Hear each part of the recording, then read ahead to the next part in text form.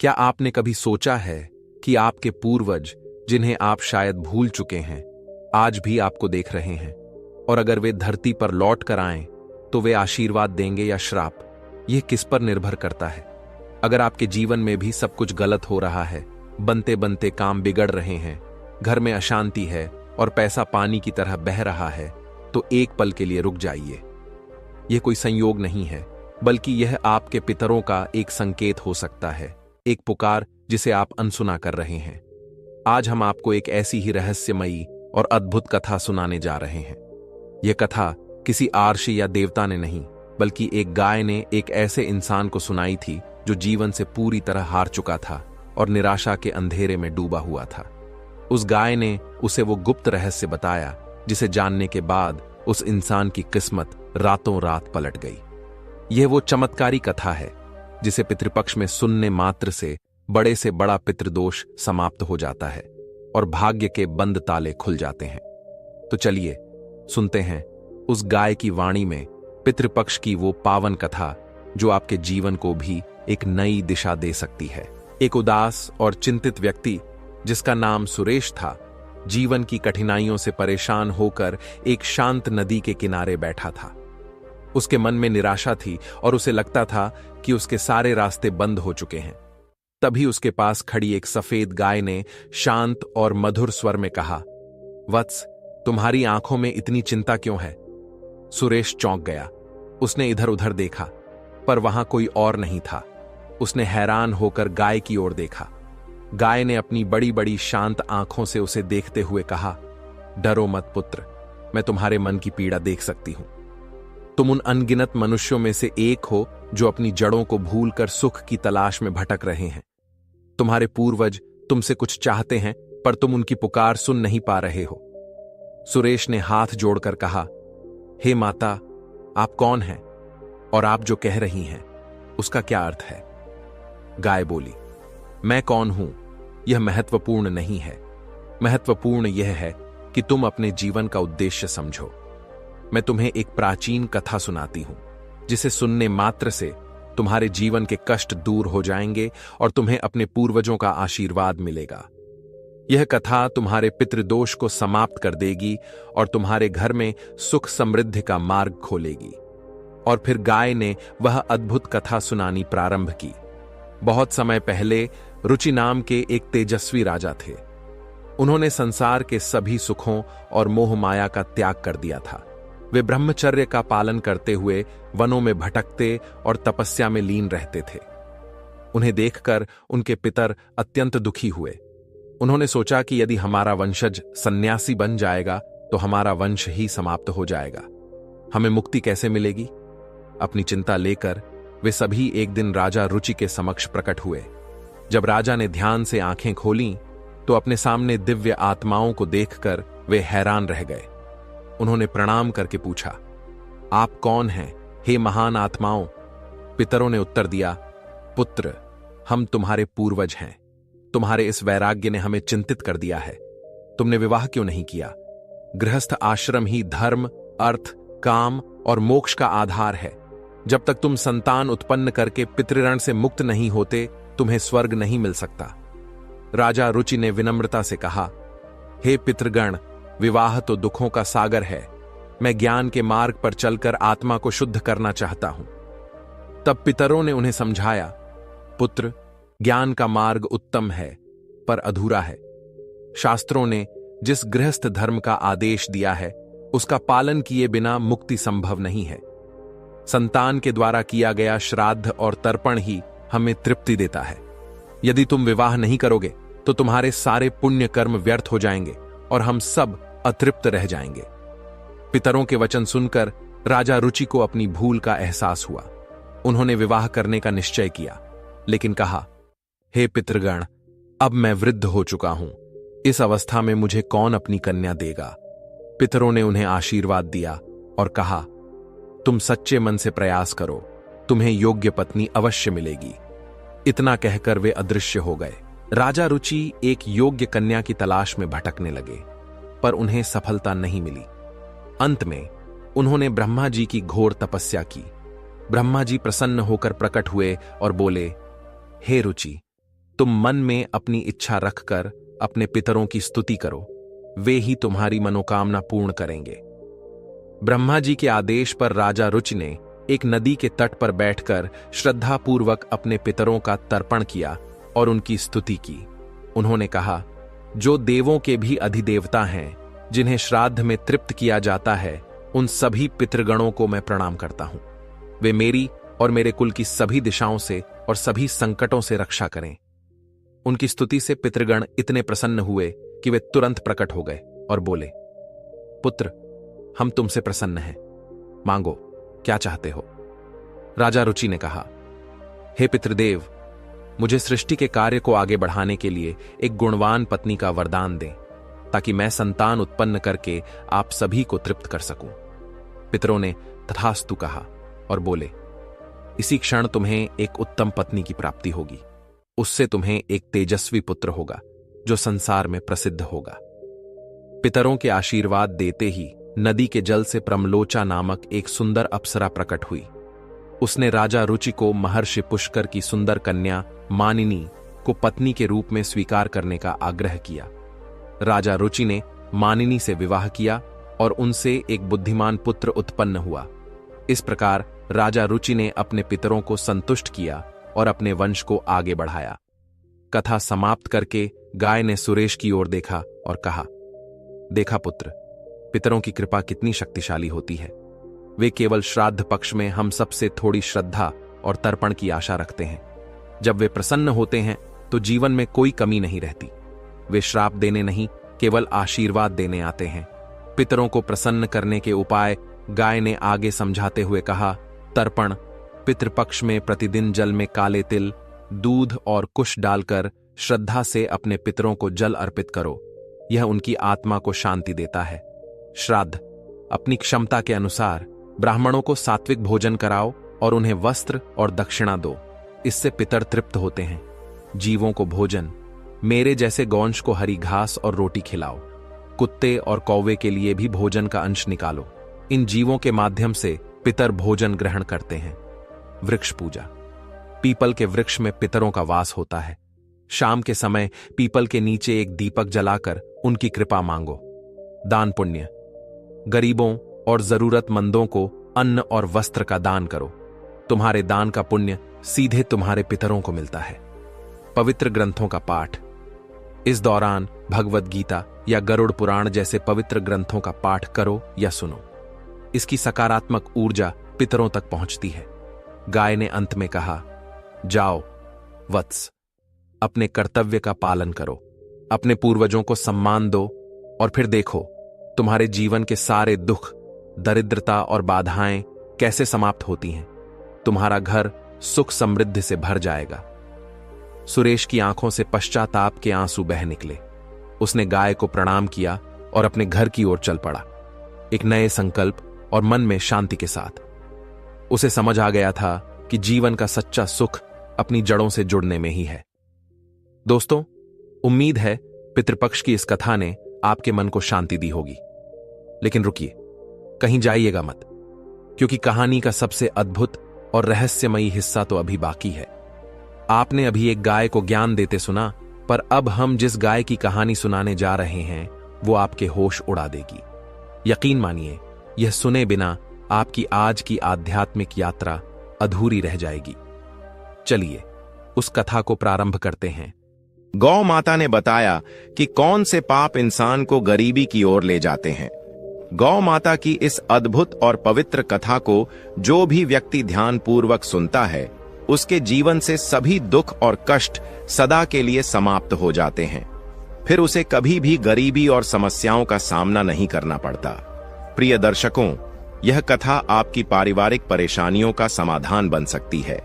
इसे देखने मात्र से आपके परिवार की सारी समस्याएं दूर हो सकती हैं। नमस्कार प्रिय दर्शकों, हर हर महादेव। आज की कथा आरंभ करने से पहले आपसे एक निवेदन है। गरुड़ पुराण में कहा गया है कि जो भी कथा या शिक्षा बीच में छोड़ दी जाती है, वह व्यक्ति के लिए पाप का कारण बनती है। इसलिए कृपया इस कथा को अंत तक अवश्य सुनें। यदि आप एक सच्चे सनातनी हैं और भगवान श्री राम में अटूट आस्था रखते हैं, तो अभी इस वीडियो को लाइक करें चैनल को सब्सक्राइब करें और कमेंट में जय श्री राम लिखकर अपना समर्थन दिखाएं। तो चलिए प्रिय दर्शकों, बिना किसी विलंब के आज की प्रेरणादायक कथा शुरू करते हैं। प्रिय भक्तों, आज की कथा बहुत ही हृदयस्पर्शी है। इसमें हम जानेंगे कि गौ माता ने इंसान के कौन से पापों को उसकी गरीबी और दुख का कारण बताया है। साथ ही यह भी जानेंगे कि वे कौन से 3 लोग हैं जिनकी वजह से घर में हमेशा कष्ट और अशांति बनी रहती है। जिस घर में इन 3 लोगों का वास होता है, वहां मां लक्ष्मी का कभी प्रवेश नहीं होता। प्रिय भक्तों, एक समय की बात है जब भगवान शिव और माता पार्वती कैलाश पर्वत पर विराजमान थे। शांत और दिव्य वातावरण में दोनों पृथ्वी लोक के सौंदर्य का आनंद ले रहे थे। तभी माता पार्वती ने भगवान शिव से कहा, हे नाथ, हमें पृथ्वी लोक पर भ्रमण किए हुए बहुत समय हो गया है। मेरा मन कहता है कि आज हमें वहां जाकर भ्रमण करना चाहिए। भगवान शिव मुस्कुराते हुए बोले, हे उमा, तुमने सही कहा। आज हमें पृथ्वी लोक पर जाकर देखना चाहिए कि वहां क्या हो रहा है। यह कहकर भगवान शिव और माता पार्वती पृथ्वी लोक पर प्रकट हुए और एक सुंदर बगीचे में एक विशाल वृक्ष की छाया में बैठ गए। वहां चारों ओर हरी भरी घास फैली हुई थी और कई गायें उस घास को चर रही थीं। तभी उनमें से एक गौ माता भगवान शिव और माता पार्वती के पास आकर खड़ी हो गई। गौ माता ने विनम्रता से झुककर कहा, हे देव, आपके दर्शन पाकर मैं धन्य हो गई। मेरे मन में एक प्रश्न है जिसका उत्तर मुझे अब तक किसी भी संत या ज्ञानी से नहीं मिल सका। कृपया मेरे इस प्रश्न का उत्तर दें। भगवान शिव ने गौ माता से कहा, पूछो गौ माता, तुम्हारे मन में क्या प्रश्न है। गौ माता ने कहा, हे प्रभु, इंसान को किस पाप के कारण गरीबी का सामना करना पड़ता है, और वे 3 लोग कौन हैं जिनके प्रभाव से घर का सर्वनाश हो जाता है। क्या मनुष्य को केवल उसके भाग्य के कारण अमीरी या गरीबी मिलती है। भगवान शिव मुस्कुराते हुए बोले, हे गौ माता, तुम्हारा प्रश्न अत्यंत महत्वपूर्ण है और मैं तुम्हें इसका उत्तर अवश्य दूंगा। यह पूर्ण सत्य नहीं है कि केवल भाग्य ही इंसान की गरीबी और अमीरी का कारण होता है। इसके पीछे कुछ अन्य कारण भी होते हैं। गौ माता ने कहा, हे प्रभु, कृपया मुझे विस्तार से समझाएं। तब भगवान शिव ने कहा, हे गौ माता, मैं तुम्हारे इस प्रश्न का उत्तर एक कथा के माध्यम से दूंगा, जिससे तुम्हें सब कुछ स्पष्ट हो जाएगा। भगवान शिव ने कथा सुनाना प्रारंभ किया। यह प्राचीन काल की बात है। अवंतीपुर नामक एक नगर था, जहां एक परोपकारी और विनम्र स्वभाव वाला व्यापारी रहता था। उसके 2 बेटे थे, जो अपने पिता की तरह ही ईमानदार और दयालु थे। व्यापारी अपने दोनों बेटों के साथ परिवार में सुख शांति से जीवन व्यतीत कर रहा था। व्यापारी ने अपने दोनों बेटों का विवाह धूमधाम से कर दिया था। उसकी दोनों बहुएं बेहद समर्पित थीं और घर के सभी कार्यों को मिलजुल कर पूरे उत्साह के साथ करती थीं। दोस्तों, जब व्यापारी की छोटी बहू घर में आई तो ऐसा लगा जैसे उनके घर में स्वयं माता लक्ष्मी ने प्रवेश कर लिया हो। उसके आने के बाद व्यापारी के व्यापार में 2 गुना लाभ होने लगा। उनके घर में कभी धन या अन्न की कमी नहीं होती थी। घर का वातावरण अत्यंत शांतिपूर्ण और सौहार्दपूर्ण था। व्यापारी के दोनों पुत्र मिलजुल कर रहते थे और दोनों बहुएं भी आपस में बड़ा प्रेम भाव रखती थीं। घर का हर कार्य करने से पहले सभी परिवारजन मिलकर सलाह मशविरा करते थे और फिर कार्य आरंभ करते थे। व्यापारी का व्यापार भी दिन प्रतिदिन उन्नति कर रहा था। एक दिन व्यापारी ने अपने दोनों बेटों और बहुओं को बुलाकर कहा, पुत्रों, अब मुझसे व्यापार का काम संभालना कठिन हो गया है, इसलिए आज से मैं यह जिम्मेदारी तुम दोनों को सौंपता हूं। पिता की बात मानकर दोनों पुत्रों ने बड़े मनोयोग से व्यापार की बागडोर संभाल ली। व्यापारी को यह देखकर संतोष होता था कि उसका परिवार प्रेम और सद्भाव से रह रहा है। उसके दोनों बेटे व्यापार में निपुणता दिखा रहे थे और दोनों बहुएं भी घर में सुख शांति बनाए हुए थीं। यह सब देखकर व्यापारी निश्चिंत होकर चैन की नींद सोता था। लेकिन दोस्तों, व्यापारी के सुखमय जीवन को देखकर नगर के अन्य लोग उससे ईर्ष्या करने लगे थे। वे सोचते थे कि व्यापारी का जीवन कितना आरामदायक और सुखद है। व्यापार दिन ब दिन प्रगति कर रहा है और उसके परिवार में कोई झगड़ा या परेशानी नहीं है। यह देखकर नगरवासियों के मन में जलन होने लगी। भगवान शिव ने गौ माता से कहा, हे गौ माता, जैसे एक बड़ी मछली तालाब में छोटी मछलियों को फलते फूलते देखकर भयभीत होकर उन्हें निगलने की कोशिश करती है, वैसे ही मनुष्य दूसरों की प्रगति देखकर उन्हें पीछे खींचने का प्रयास करता है। इंसान अपनी सफलता से जितना प्रसन्न नहीं होता, उससे अधिक वह दूसरों की तरक्की देखकर बेचैन हो जाता है।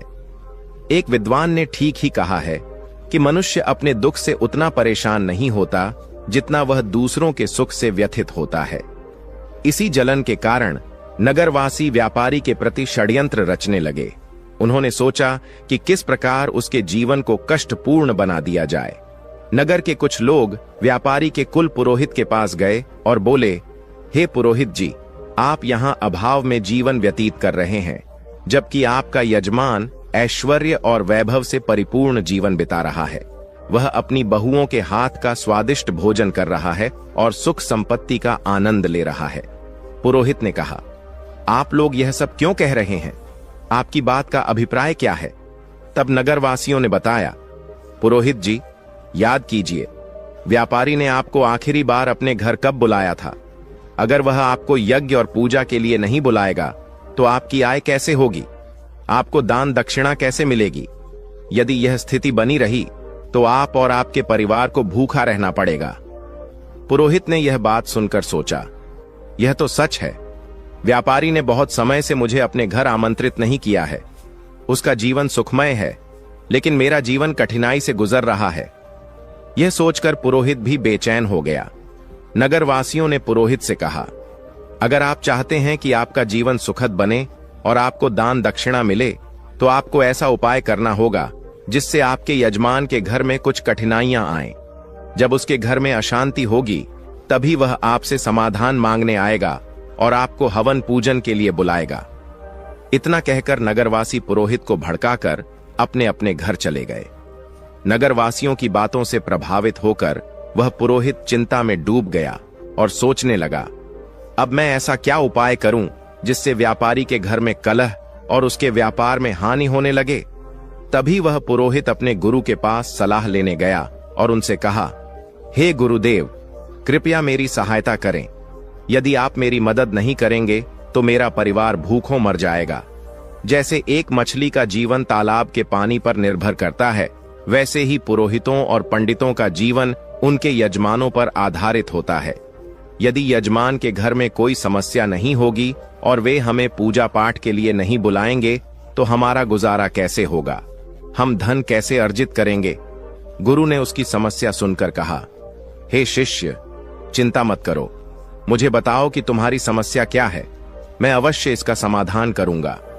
पुरोहित ने उत्तर दिया, हे गुरुदेव, मैं चाहता हूं कि व्यापारी के जीवन में कुछ समस्याएं आएं, उसके घर में कलह हो और उसके व्यापार में हानि हो, तभी वह मुझे अपने घर पूजा पाठ के लिए बुलाएगा। गुरु ने ध्यान पूर्वक सुनकर कहा, हे शिष्य, व्यापारी के सुखद जीवन का मुख्य कारण उसकी छोटी बहू है। वह भगवान विष्णु और माता लक्ष्मी की नित्य पूजा करती है, जिसके कारण उनके घर पर दिव्य कृपा बनी हुई है। जब से वह बहू इस घर में आई है, तब से व्यापारी का जीवन धन धान्य से परिपूर्ण और सुखमय हो गया है। ऐसी धार्मिक और गुणवान स्त्री जिस घर में होती है, वहां कभी अभाव नहीं होता। यह सुनकर पुरोहित ने कहा, हे गुरुदेव, यदि ऐसा है तो क्या कोई उपाय है जिससे व्यापारी के घर में अशांति और व्यापार में हानि हो सके? गुरु ने कहा, तुम चिंता मत करो, तुम्हें बस एक सरल उपाय करना है। व्यापारी के घर जाओ और उससे एक पीतल का लोटा मांग लो। उस लोटे को अपने घर ले जाकर रख लेना। जब तुम ऐसा करोगे तो कुछ ही समय में व्यापारी के व्यापार में हानि होने लगेगी और उसके घर में कलह शुरू हो जाएगी। उसके बेटे आपस में झगड़ने लगेंगे और उसके जीवन में कष्ट बढ़ जाएंगे। तब वह तुम्हें अपने घर पूजा पाठ के लिए बुलाएगा। गुरु की सलाह सुनने के बाद पुरोहित ने उनका धन्यवाद किया और अपने घर लौट आया। अगले दिन सुबह स्नान ध्यान करने के बाद वह व्यापारी के घर पहुंचा। व्यापारी उस समय आराम कर रहा था। पुरोहित की आवाज सुनकर वह बाहर आया और अपने कुल पुरोहित को देखकर अत्यंत प्रसन्न हुआ। उसने उनका स्वागत किया और कहा, आइए पुरोहित जी, इतने दिनों बाद आपके दर्शन हुए हैं। सब कुशल मंगल है ना? पुरोहित ने जवाब दिया, सब ठीक है। बस इधर से गुजर रहा था तो सोचा कि आपसे मिल लूं। फिर वह अपनी मीठी बातों में व्यापारी को फंसाने लगा। कुछ देर बाद उसने कहा, व्यापारी जी, मुझे थोड़ा पानी दीजिए। व्यापारी पानी लाने के लिए जाने लगा। तभी पुरोहित ने कहा, पानी पीतल के लोटे में लाइए। व्यापारी मुस्कुराते हुए बोला, जैसा आप कहें पुरोहित जी। इतना कहकर व्यापारी अंदर चला गया।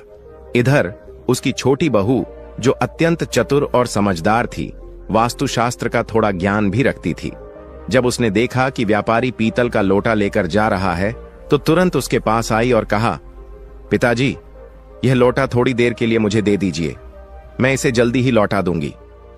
व्यापारी ने सहर्ष लोटा उसे दे दिया। छोटी बहू ने उस लोटे का पानी निकालकर अपनी गौ माता को पिला दिया और फिर उसमें नया पानी भरकर लौटा वापस ससुर को दे दिया। व्यापारी ने वह पानी पुरोहित को दिया। पानी पीने के बाद पुरोहित ने कहा, व्यापारी जी, यह पीतल का लोटा बहुत अच्छा है, क्या आप इसे मुझे दे सकते हैं? व्यापारी हंसते हुए बोला, पुरोहित जी, यह तो बहुत छोटी बात है, आप इसे अपने साथ ले जाइए। पुरोहित मन ही मन प्रसन्न हुआ और सोचने लगा, आज मैंने व्यापारी के सुख चयन पर प्रहार कर दिया है, अब उसके घर की खुशियां समाप्त हो जाएंगी। पुरोहित लौटा लेकर अपने घर लौट आया और उसे एक कोने में रखकर सोचने लगा, अब कुछ ही दिनों में व्यापारी मुझे बुलाएगा, उसके घर में कलह मचेगा और व्यापार में नुकसान होगा, तब मैं पूजा पाठ करके उससे अच्छी दक्षिणा प्राप्त करूंगा। इन ख्यालों से पुरोहित बेहद प्रसन्न था और बेसब्री से इंतजार करने लगा कि व्यापारी कब उसे बुलाता है। दिन बीतते गए, लेकिन 20 दिनों के बाद भी व्यापारी की ओर से कोई बुलावा नहीं आया। पुरोहित थककर पुनः अपने गुरु के पास गया और बोला, हे गुरुदेव, मैंने आपके निर्देशानुसार व्यापारी से पीतल का लोटा मांग लिया था, लेकिन अब 20 दिन बीत चुके हैं और व्यापारी के जीवन में कोई समस्या नहीं आई है। वह तो पहले की तरह सुख शांति के साथ अपना जीवन व्यतीत कर रहा है। गुरु ने यह सुनकर अपनी दिव्य दृष्टि का उपयोग किया और आंखें बंद करके स्थिति का अवलोकन किया। फिर उन्होंने कहा, हे शिष्य, मैंने पहले ही तुम्हें बताया था कि व्यापारी की छोटी बहू बहुत चतुर और समझदार है, उसे वास्तुशास्त्र का ज्ञान है। जब व्यापारी तुम्हारे लिए पानी लेकर आ रहा था, उसी समय उसकी छोटी बहू ने वह लौटा अपने ससुर से लिया और उसमें का पानी गौ माता को पिला दिया। इसी कारण से व्यापारी के घर की सुख समृद्धि वहीं बनी रही और तुम्हारा षड्यंत्र विफल हो गया। गुरु ने आगे कहा, लेकिन चिंता मत करो, मैं तुम्हारे लिए एक और उपाय बताता हूं। अब तुम व्यापारी के घर जाकर उसकी गौ माता मांग लो। हिंदू धर्म में गौ माता को मां लक्ष्मी का स्वरूप माना गया है। जिस घर में गौ माता का निवास होता है, वहां हमेशा सुख और समृद्धि रहती है। जैसे ही तुम व्यापारी की गौ माता को अपने घर लेकर आओगे, उसके घर में दुख और अशांति आने लगेगी। गुरु की बात सुनकर पुरोहित फिर से उत्साहित हो गया। उसने गुरु का धन्यवाद किया और घर लौटकर अगले दिन का इंतजार करने लगा। वह सोचने लगा, कल सुबह होते ही मैं व्यापारी के घर जाऊंगा और उसकी गौ माता मांग लूंगा, फिर देखता हूं कि व्यापारी कैसे सुखी रहता है। अगले दिन सुबह सुबह स्नान करने के बाद पुरोहित सीधे व्यापारी के घर पहुंच गया।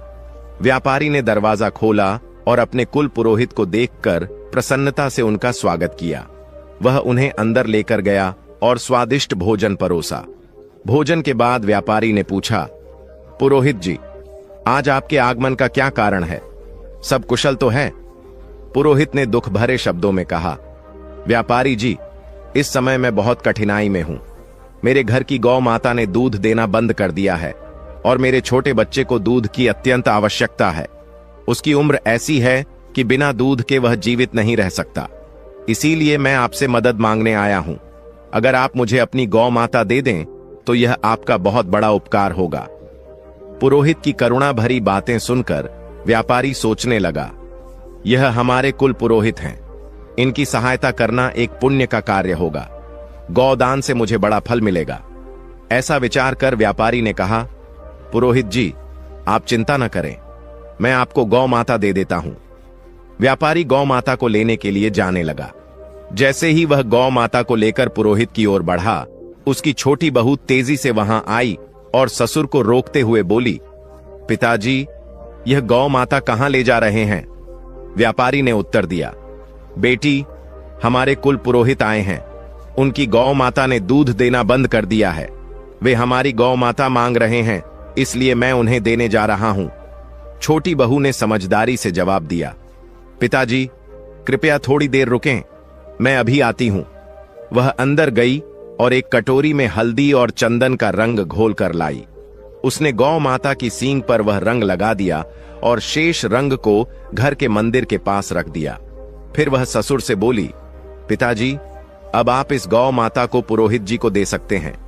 छोटी बहू की समझदारी ने व्यापारी के घर की समृद्धि को एक बार फिर सुरक्षित कर दिया। पुरोहित व्यापारी से गौ माता लेकर अपने घर लौट आता है और उसे खुशी खुशी अपने आंगन में बांध देता है। वह सोचता है, अब कुछ ही दिनों में व्यापारी को अपने घर की समस्याओं का सामना करना पड़ेगा और वह मुझे पूजा पाठ के लिए बुलाएगा। इस विचार से पुरोहित मन ही मन प्रसन्न होता है और व्यापारी के बुलावे का बेसब्री से इंतजार करने लगता है। लेकिन कई दिन बीतने के बाद भी व्यापारी की ओर से कोई संदेश नहीं आता। पुरोहित को यह असहज लगने लगा।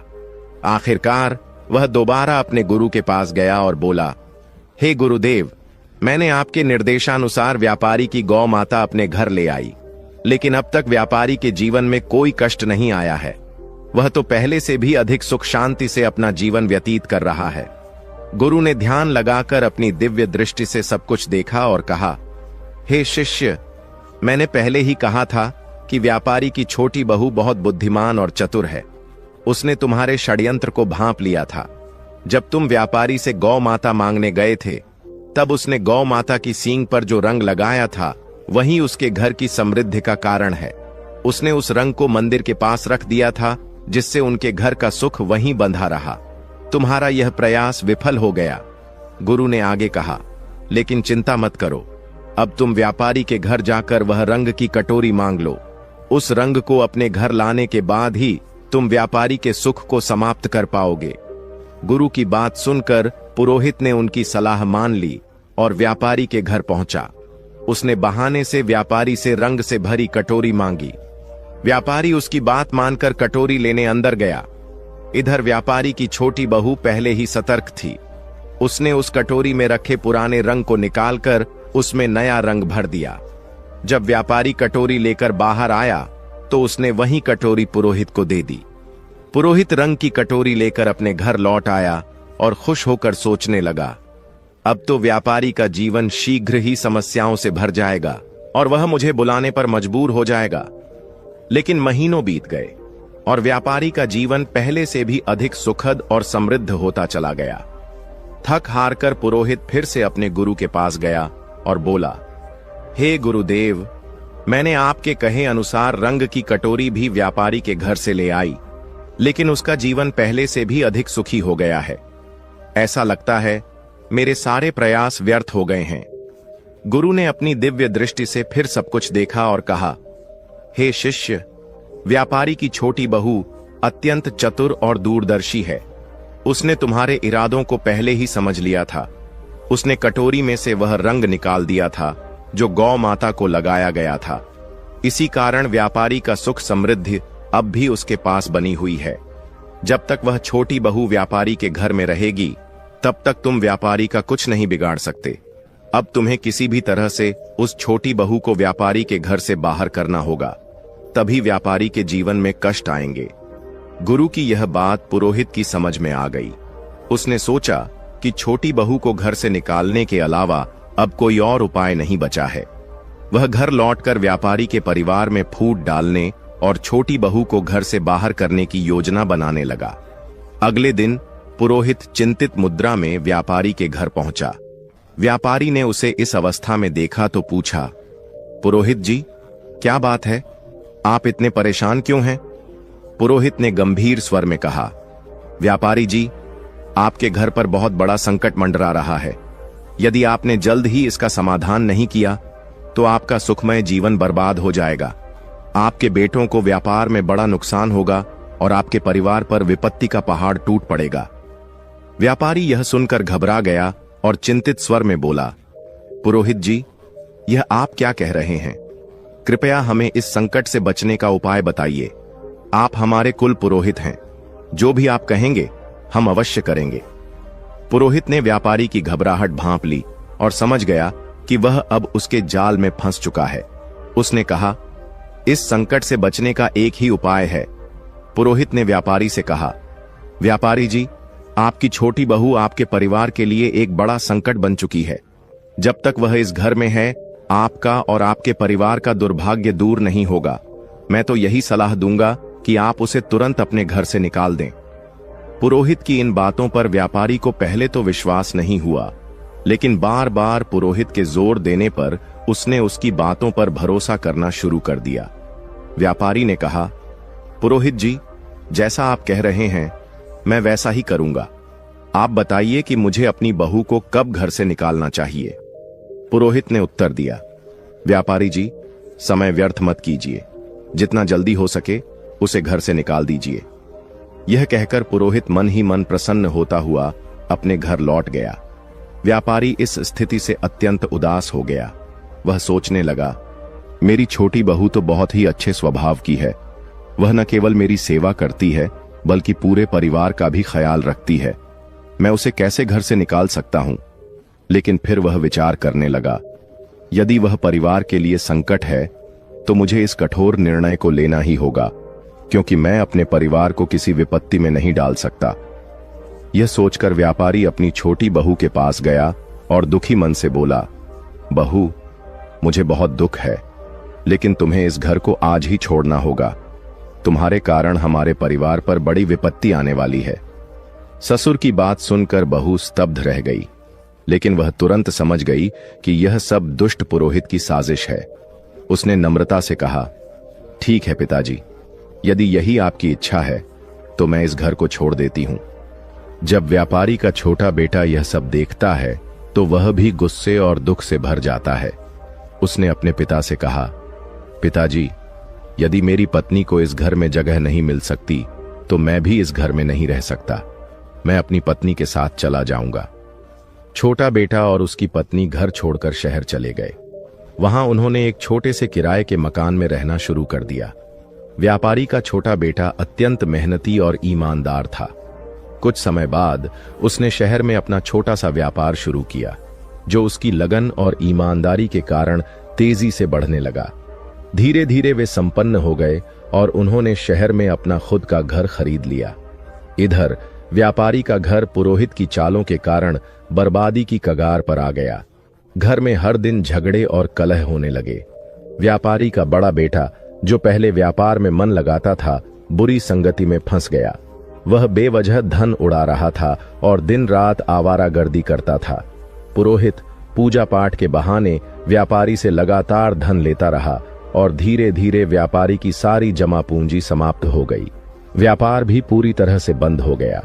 अब तो स्थिति यह हो गई कि घर में खाने पीने का भी अभाव हो गया। नगरवासी व्यापारी की दुर्दशा देखकर हंसते और ताने मारते। उसकी दशा का मजाक उड़ाया जाता। यह सब देखकर व्यापारी को आत्मग्लानि होने लगी। उसने सोचा, मेरी जिंदगी अब किसी काम की नहीं रही। आत्महत्या के अलावा मेरे पास और कोई रास्ता नहीं बचा। इस विचार के साथ वह नदी की ओर बढ़ चला, लेकिन रास्ते में उसकी भेंट एक तेजस्वी संत से हुई। संत के मुख पर दिव्य तेज था, माथे पर चंदन का टीका था और उनके लंबे केश उन्हें अद्वितीय बनाते थे। संत को देखकर व्यापारी ने उन्हें प्रणाम किया और उदास होकर आगे बढ़ने लगा। संत ने कहा, हे पुत्र, ठहरो, तुम्हें इतनी चिंता क्यों हो रही है? क्या बात है? व्यापारी ने रुककर संत के समक्ष अपना पूरा हाल सुना दिया। उसकी बातें सुनकर संत ने तुरंत स्थिति को समझ लिया। संत बोले, हे पुत्र, तुम्हारे जीवन में सभी परेशानियां उसी दिन से शुरू हुईं जब तुमने अपनी छोटी बहू को घर से निकाला। संत महात्मा ने व्यापारी से कहा, हे पुत्र, तुम्हारे घर में यह संकट उसी दिन से शुरू हुआ जब तुमने अपनी छोटी बहू को घर से निकाला। वह साक्षात माता लक्ष्मी का स्वरूप है। उसकी भगवान के प्रति निष्ठा और नित्य पूजा पाठ के कारण तुम्हारे घर में सुख समृद्धि थी। संत की बातें सुनकर व्यापारी को अपनी भूल का एहसास हुआ। वह तुरंत शहर गया और अपने छोटे पुत्र के घर पहुंचकर अपनी बहू के समक्ष हाथ जोड़कर क्षमा मांगते हुए बोला, बहू, मुझे माफ कर दो। मैंने उस दुष्ट पुरोहित की बातों में आकर तुम्हें घर से निकाल दिया, लेकिन सच्चाई यह है कि तुम हमारे परिवार की लक्ष्मी हो। जब तक तुम घर में थीं, सुख और शांति बनी रही, लेकिन तुम्हारे जाने के बाद से हमारा घर क्लेश और दुखों से घिर गया है। हमारा व्यापार पूरी तरह से ठप हो चुका है। ससुर की यह बात सुनकर छोटी बहू ने विनम्रता से कहा, पिताजी, आप चिंता न करें, मैं तुरंत घर लौटती हूं। यह घर भी मेरा है और वह घर भी मेरा ही है।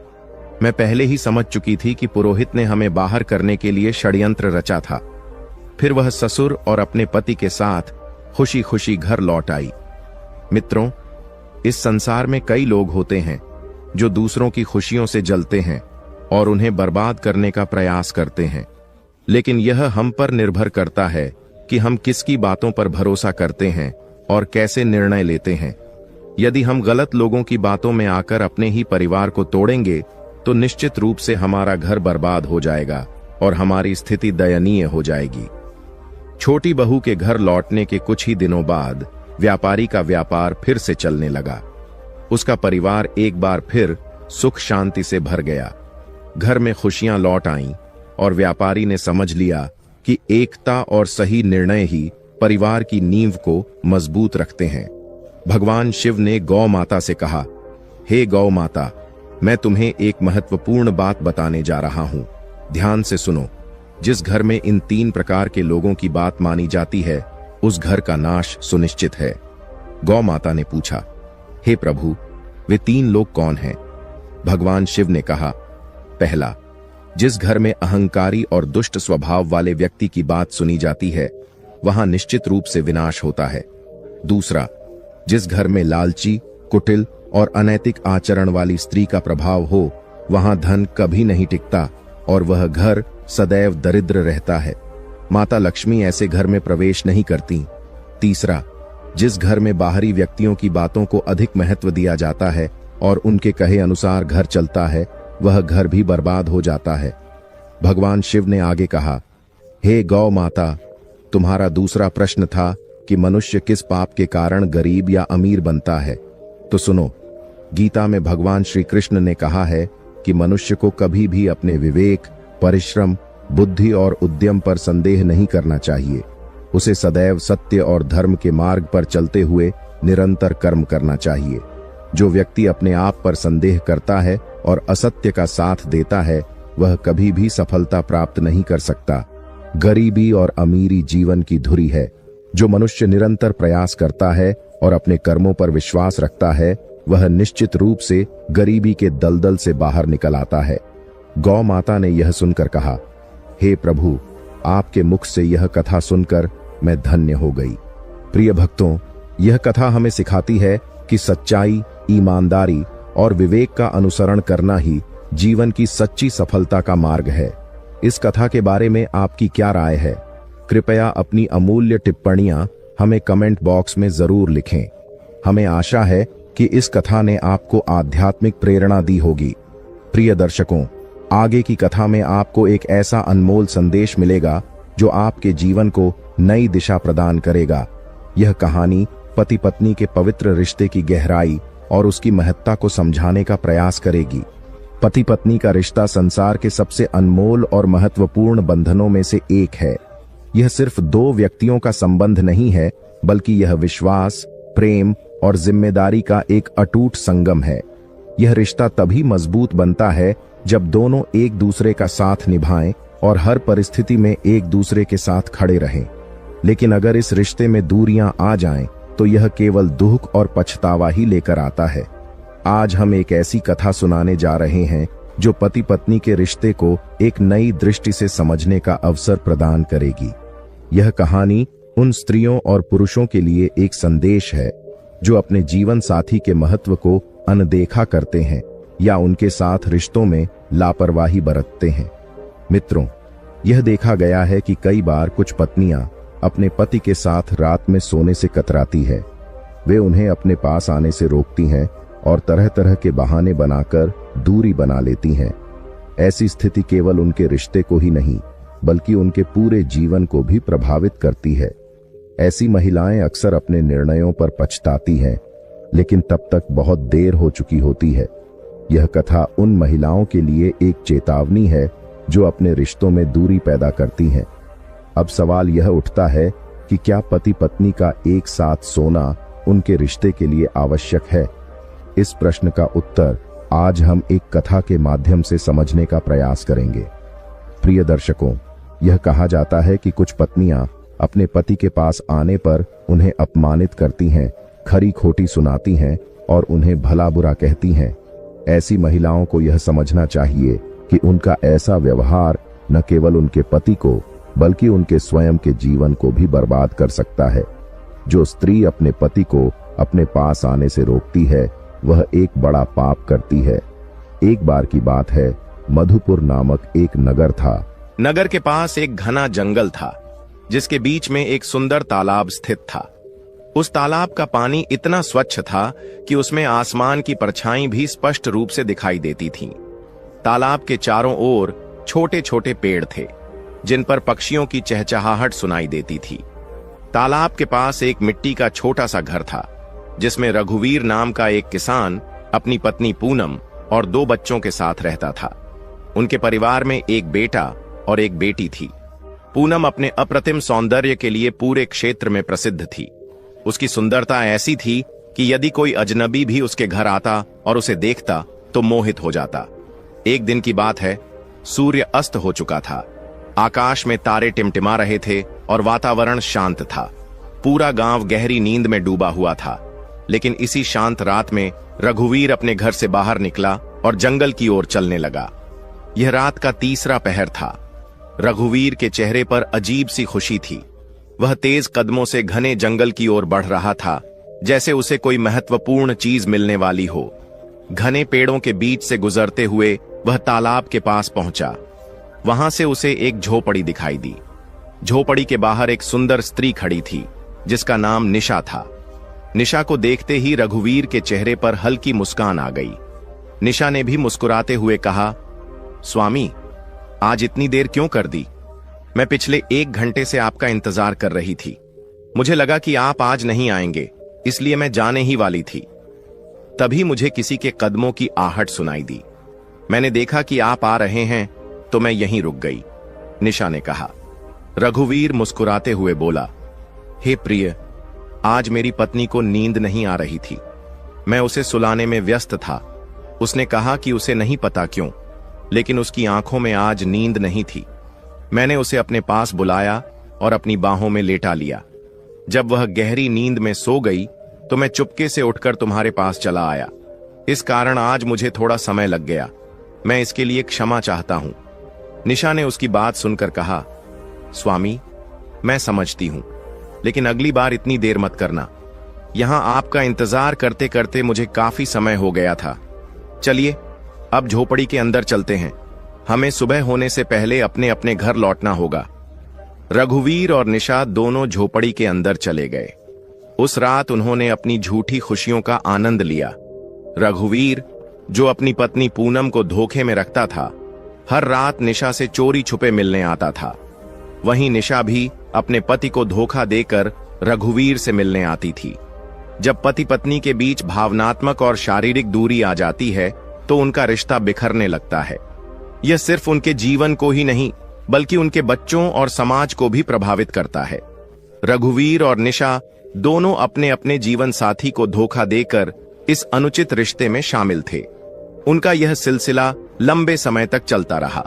लेकिन दोस्तों, यह जानना जरूरी है कि जो स्त्री अपने पति को धोखा देती है और जो पुरुष अपनी पत्नी को छलता है, उनके जीवन में इसका क्या परिणाम होता है। अब आगे की कथा में जानते हैं कि इस प्रकार के कृत्य के क्या दुष्परिणाम हो सकते हैं। इंद्रलोक का वातावरण शांत था। आकाश में तारे झिलमिला रहे थे और मंद मंद सुगंधित पवन बह रही थी। देवराज इंद्र अपने सिंहासन पर विराजमान थे और उनके चारों ओर दिव्य प्रकाश फैला हुआ था। इसी समय आकाश मार्ग से गरुड़ महाराज अपने विशाल पंखों की गति से उड़ते हुए नारायण नारायण का जाप करते हुए इंद्रलोक पहुंचे। उन्होंने देवराज इंद्र को प्रणाम किया और हाथ जोड़कर कहा, हे देवराज, मैं पृथ्वी लोक से लौट रहा हूं। वहां मैंने एक ऐसी घटना देखी जिसने मेरे मन में अनेक प्रश्न उत्पन्न कर दिए हैं। कृपा करके इन प्रश्नों का समाधान करें। देवराज इंद्र ने गरुड़ को स्नेहपूर्वक देखा और कहा, हे गरुड़, तुम इतने व्यथित क्यों हो? कौन सी बात तुम्हें परेशान कर रही है? निसंकोच अपनी बात मुझसे कहो। गरुड़ ने नम्रता से कहा, हे देवराज, जब मैं पृथ्वी लोक पर भ्रमण कर रहा था तो मैंने एक विचित्र दृश्य देखा। एक स्त्री जो अपने पति और बच्चों के साथ रहती थी, रात के समय अपने पति और बच्चों को धोखा देकर घर से निकल गई। उसने अपने पति को सुलाया और जंगल की ओर चल पड़ी। वहां वह एक झोपड़ी के पास खड़ी थी, जैसे किसी पुरुष का इंतजार कर रही हो। दूसरी ओर एक पुरुष जो अपने परिवार का मुखिया था, वह भी अपनी पत्नी और बच्चों को धोखा देकर जंगल के रास्ते से उसी झोपड़ी में पहुंचा। मैंने देखा कि वह स्त्री और वह पुरुष, जो दोनों अपने अपने परिवारों के लिए जिम्मेदार थे, एक दूसरे से मिलकर अनैतिक संबंध बना रहे थे। यह दृश्य देखकर मेरा मन विचलित हो गया। गरुड़ ने आगे कहा, हे देवराज, मैं यह समझने में असमर्थ हूं कि ऐसे लोग जो अपने जीवन साथी और बच्चों को धोखा देकर इस प्रकार का कृत्य करते हैं, उनके जीवन में क्या परिणाम होंगे? यह कलयुग का प्रभाव है या मानव मन की विकृति? कृपया मेरे इन प्रश्नों का उत्तर दें। देवराज इंद्र ने गरुड़ की बात ध्यान से सुनी और उन्हें शांत रहने का संकेत दिया। फिर बोले, हे गरुड़, तुम इतने व्याकुल क्यों हो? यह कलयुग है और इसमें इस प्रकार के कृत्य असामान्य नहीं है। कलयुग में मनुष्य अपनी इच्छाओं, वासनाओं और स्वार्थ के अधीन हो जाता है। यही उनके पतन का मुख्य कारण है। उन्होंने आगे कहा, तुम्हारे प्रश्न अत्यंत महत्वपूर्ण हैं। ये प्रश्न न केवल मानव जीवन के लिए बल्कि उनके नैतिक मूल्यों और समाज के लिए भी गहन चिंतन का विषय है। इन घटनाओं का परिणाम केवल उन व्यक्तियों तक सीमित नहीं रहता, बल्कि उनके परिवार और समाज पर भी गहरा प्रभाव डालता है। देवराज इंद्र ने गरुड़ की ओर देखा और मुस्कुराते हुए कहा, हे गरुड़, तुम्हारे प्रश्न अत्यंत महत्वपूर्ण हैं। ये न केवल स्त्रियों के लिए बल्कि पुरुषों के लिए भी उतने ही प्रासंगिक हैं। पति पत्नी के रिश्ते में संतुलन, प्रेम और जिम्मेदारी का होना अनिवार्य है। यदि इनमें से कोई एक अपने कर्तव्यों को भूल जाए तो इसका परिणाम पूरे परिवार और समाज पर गहरा प्रभाव डालता है। अब मैं तुम्हारे प्रश्नों का उत्तर एक कथा के माध्यम से दूंगा। इसे ध्यानपूर्वक सुनो और इसे मानव जाति के कल्याण के लिए उपयोग करो। गरुड़ ने कहा, हे देवराज, कृपया विस्तार से बताएं। देवराज इंद्र ने कथा आरंभ की। एक समय की बात है। सुजानगढ़ नामक नगर में सुभाष नाम का एक धनवान व्यापारी रहता था। वह अपनी मेहनत और चतुराई से खूब धन कमाता था। सुभाष अनाज को किसानों से कम दाम पर खरीदता और ऊंचे दामों पर व्यापारियों को बेचता। इस प्रकार उसकी संपत्ति दिन ब दिन बढ़ती गई। सुभाष का एकमात्र पुत्र था अमन, जिसे वह और उसकी पत्नी श्रुति अत्यधिक स्नेह करते थे। लेकिन अमन को बचपन से अधिक आजादी मिली हुई थी। वह जो चाहता वही करता। सुभाष और श्रुति ने उसे कभी किसी चीज के लिए मना नहीं किया। कहते हैं कि अत्यधिक आजादी इंसान को बिगाड़ देती है। अमन के साथ भी यही हुआ। वह बुरी संगत में पड़ गया और जुआ खेलने, नशा करने और वेश्याओं के पास जाने का आदी हो गया। धीरे धीरे उसने अपने पिता की संपत्ति बर्बाद करनी शुरू कर दी। गरुड़ ने पूछा, हे देवराज, अमन ने ऐसा क्यों किया? क्या उसके माता पिता ने उसे रोकने का प्रयास नहीं किया? देवराज इंद्र ने उत्तर दिया, हे गरुड़, सुभाष और श्रुति ने अमन को समझाने की बहुत कोशिश की, लेकिन जब कोई व्यक्ति बुरी संगत में पड़ जाता है तो उसे सही रास्ते पर लाना अत्यंत कठिन हो जाता है। अमन ने अपने माता पिता की बातों को अनसुना कर दिया। उसने अपनी मां से झूठ बोलकर धन मांगना शुरू किया और जुए में हार जाता। वेश्याओं और नशे की लत ने उसे उसकी इच्छाओं का गुलाम बना दिया। अमन की आदतें इतनी बिगड़ गईं कि उसने न केवल अपने पिता की संपत्ति बर्बाद की, बल्कि अपने स्वास्थ्य और चरित्र को भी खो दिया। देवराज इंद्र ने आगे कहा, यह कथा उन माता पिता के लिए एक चेतावनी है जो अपने बच्चों को अनुशासन में नहीं रखते। अत्यधिक छूट और बुरी संगत किसी भी व्यक्ति को बर्बादी की ओर ले जाती है। गरुड़ ने कहा, हे देवराज, यह कथा अत्यंत शिक्षाप्रद है, कृपया इसे विस्तार से सुनाइए। देवराज इंद्र ने कहा, सुनो गरुड़, जब सुभाष को पता चला कि उसका पुत्र अमन जुआ, नशा और वेश्यावृत्ति में लिप्त है तो वह बहुत दुखी हुआ। उसने सोचा कि यदि अमन की आदतों को रोका नहीं गया तो वह उसकी मेहनत से अर्जित सारी संपत्ति बर्बाद कर देगा। इस समस्या का समाधान खोजते हुए सुभाष ने मन ही मन विचार किया, यदि अमन का विवाह करवा दिया जाए तो शायद वह अपनी बुरी आदतें छोड़ दे। जब घर में उसकी पत्नी आएगी तो वह अपना ध्यान परिवार पर केंद्रित करेगा और वेश्याओं के पास जाना बंद कर देगा। इस सोच के साथ सुभाष ने एक धनवान सेठ की सुंदर और गुणवान बेटी निर्मला से अमन का रिश्ता तय कर दिया। निर्मला न केवल रूपवती थी बल्कि अपने गुणों और नेक स्वभाव के कारण पूरे क्षेत्र में प्रशंसा पाती थी। कुछ ही समय बाद अमन और निर्मला का विवाह हो गया। विवाह के बाद अमन का व्यवहार बदलने लगा। निर्मला की सुंदरता और उसके गुणों ने अमन को गहराई से प्रभावित किया। उसने वेश्याओं के पास जाना पूरी तरह से छोड़ दिया और अब घर पर ही रहने लगा। कुछ समय तक सब कुछ सही चलता रहा। निर्मला ने अपनी अच्छाइयों और प्रेम से अमन को सुधारने का हर संभव प्रयास किया, लेकिन समय कभी किसी के लिए रुकता नहीं। अमन के माता पिता वृद्ध हो चुके थे और एक दिन वृद्धावस्था के कारण उन्होंने इस संसार को त्याग दिया। उनके जाने के बाद अमन पर कोई मार्गदर्शन करने वाला नहीं बचा। निर्मला के साथ रहते हुए अमन ने वेश्याओं का साथ तो छोड़ दिया, लेकिन उसकी जुए की लत अभी भी बनी हुई थी। यह लत धीरे धीरे उसे बर्बादी की ओर ले जाने लगी। कुछ ही समय में अमन ने अपने पिता की वर्षों की मेहनत से अर्जित सारी संपत्ति जुए में हार दी। अब उसके पास ना तो धन बचा था और ना ही कोई हुनर। वह पूरी तरह से कंगाल हो चुका था। एक दिन निर्मला ने उससे कहा, स्वामी, अब तो हमारे पास खाने के लिए भी कुछ नहीं बचा है। कृपया कोई नौकरी खोजिए ताकि हम अपना गुजारा कर सकें। पर कहते हैं कि ज्ञान और कौशल ही इंसान की असली पहचान होते हैं। अगर कोई व्यक्ति राजा के पास नौकरी मांगने जाता है तो राजा सबसे पहले यही पूछता है कि उस व्यक्ति के पास क्या हुनर और योग्यताएं हैं। अगर उसके पास कोई कौशल नहीं होता तो उसे वहां से खाली हाथ लौटा दिया जाता है। अमन के पास कोई कौशल नहीं था। उसने अपना सारा समय और ऊर्जा जुए, नशे और गलत आदतों में बर्बाद कर दी थी। अब वह अपने परिवार के लिए भोजन जुटाने में भी असमर्थ हो गया था। अमन के जीवन में यह सबसे कठिन समय था। उसके पास एक बेटा और एक बेटी थी जो अब विवाह योग्य हो चुके थे, लेकिन उनके विवाह के लिए धन जुटाने का कोई साधन नहीं था। घर की हालत इतनी खराब हो गई थी कि वे खाने के लिए भी मोहताज हो गए। अमन की यह स्थिति उसे निरंतर पछतावे और निराशा में ढकेल रही थी। एक दिन अमन अपनी पत्नी निर्मला के पास गया और उससे अपनी इच्छाओं की पूर्ति के लिए बात करने लगा, लेकिन निर्मला ने उसे शांत और गंभीर स्वर में कहा, स्वामी, जीवन का सबसे बड़ा सुख केवल काम वासना में नहीं होता। असली सुख दूसरों की मदद करने और एक सच्चा नेक जीवन जीने में है। जो लोग अपनी वासनाओं और लालसाओं में अंधे हो जाते हैं वे अंततः बर्बाद हो जाते हैं। यही तुम्हारे साथ भी हुआ है।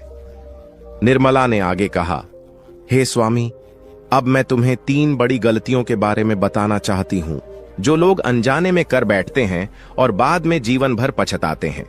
इन्हें ध्यान से सुनो और समझो। पहली गलती, शिक्षा और कौशल की उपेक्षा।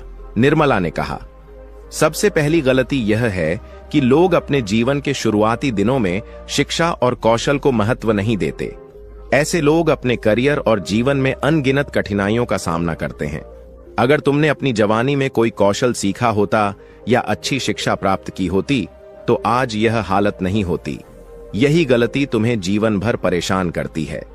दूसरी गलती, काम टालने की आदत। निर्मला ने कहा, दूसरी गलती है काम टालने की आदत। जो लोग अपनी जवानी में आलस्य करते हैं और समय का सही उपयोग नहीं करते, उन्हें भविष्य में अपने लक्ष्यों को प्राप्त करने में कठिनाइयों का सामना करना पड़ता है। तुमने भी अपने समय को व्यर्थ किया और यही कारण है कि आज तुम इस स्थिति में हो। तीसरी गलती, गलत संगति। निर्मला ने कहा, तीसरी गलती है गलत संगति। इंसान को पूरी तरह बर्बाद कर देती है।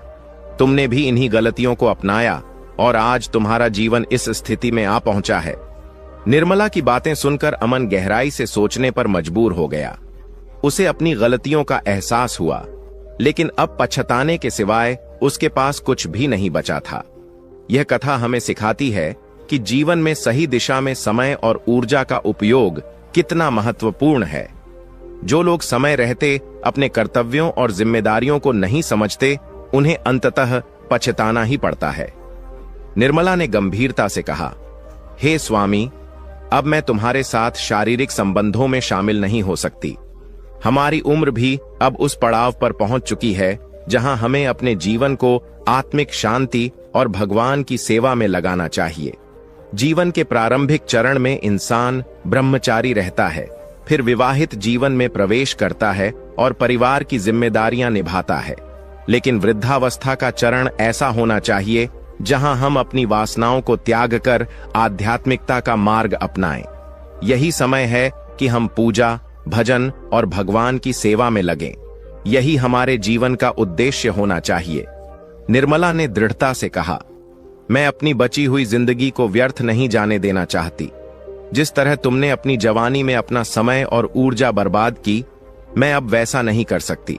मुझे विश्वास है कि भगवान हमारी सहायता करेंगे। अब सही समय आ गया है कि हम अपनी आत्मा को परमात्मा से जोड़ें और अपने बच्चों के भविष्य के बारे में सोचें। देवराज इंद्र ने गरुड़ से कहा, हे गरुड़, यह कथा मानव जाति के लिए एक महत्वपूर्ण सबक है। जो लोग अपनी जवानी में शिक्षा, मेहनत और सही संगति को नजरअंदाज करते हैं, उन्हें वृद्धावस्था में पछताना पड़ता है।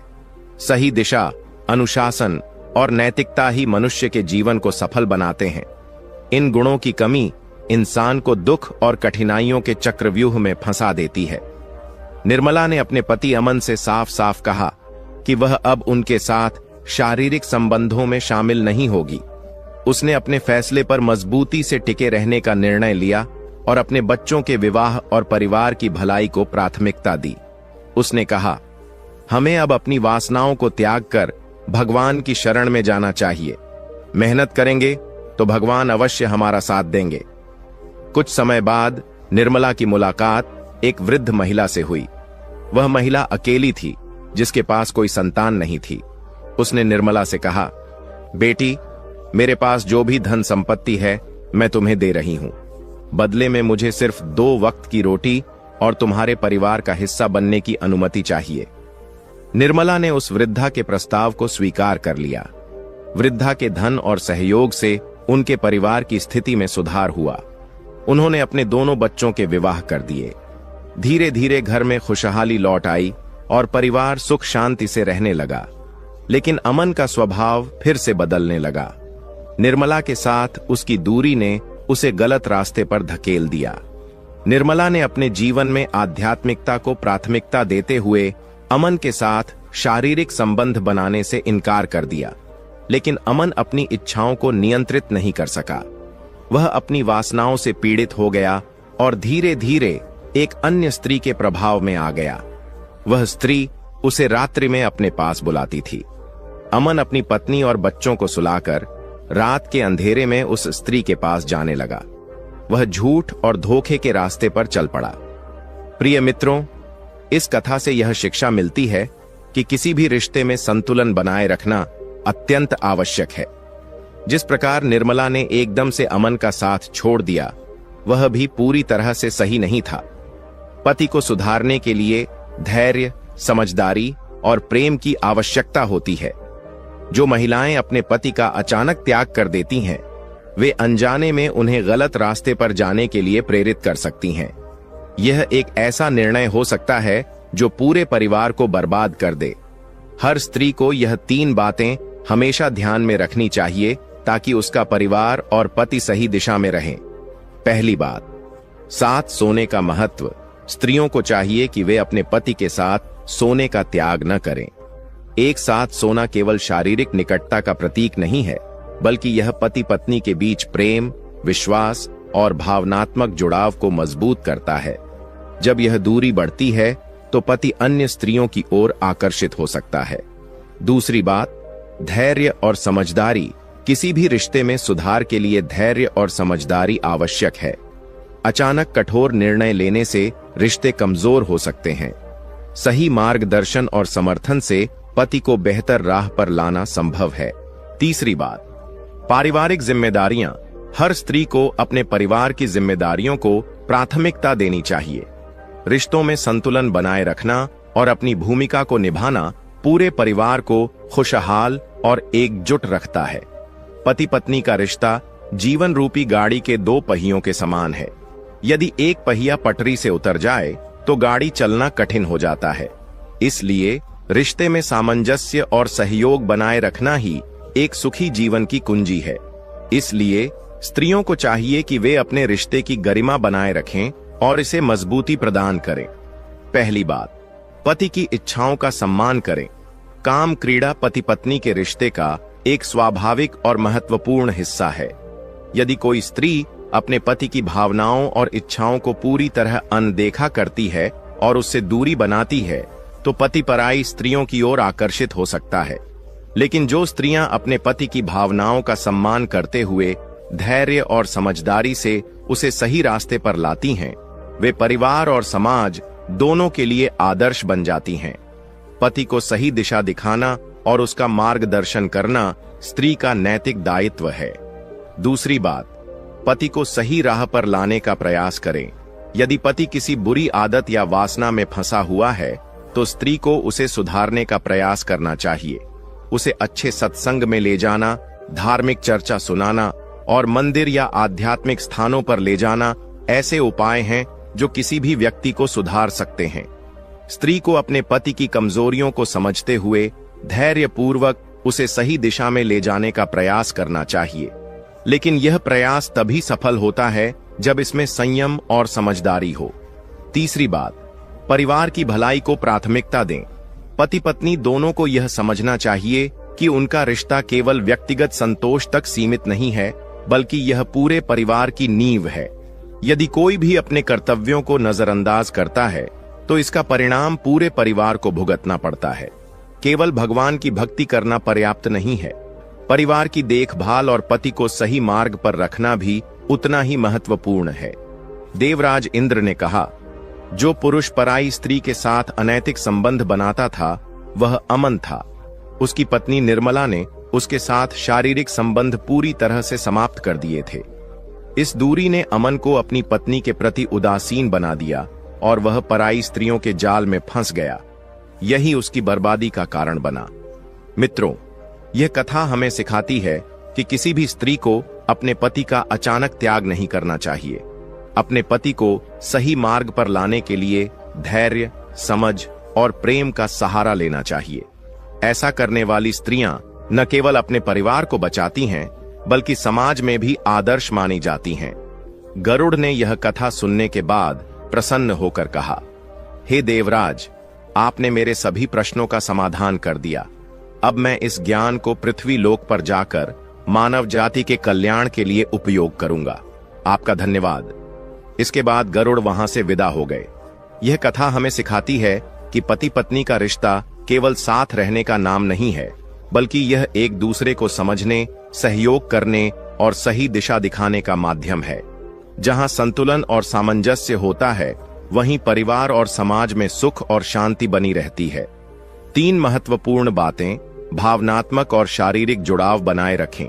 स्त्रियों को चाहिए कि वे अपने पति के साथ भावनात्मक और शारीरिक निकटता बनाए रखें। यदि वे अपने पति से दूरी बनाती हैं, तो पति के गलत राह पर जाने की संभावना बढ़ जाती है। अपने पति को धीरे धीरे सुधारने का प्रयास करें, न कि उसे पूरी तरह त्याग दें। रिश्ते में समझ और धैर्य का महत्व।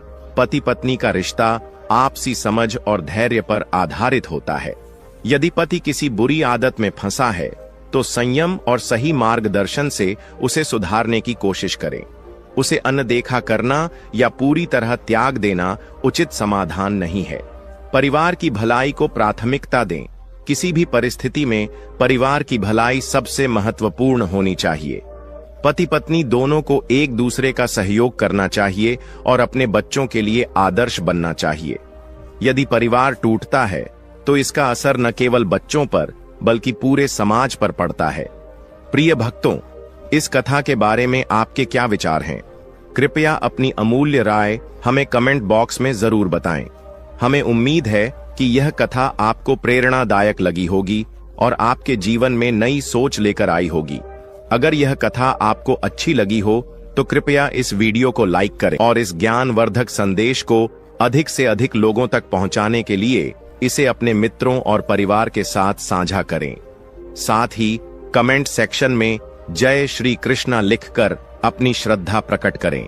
इस वीडियो को अंत तक देखने के लिए आप सभी का दिल से धन्यवाद। जय श्री राम।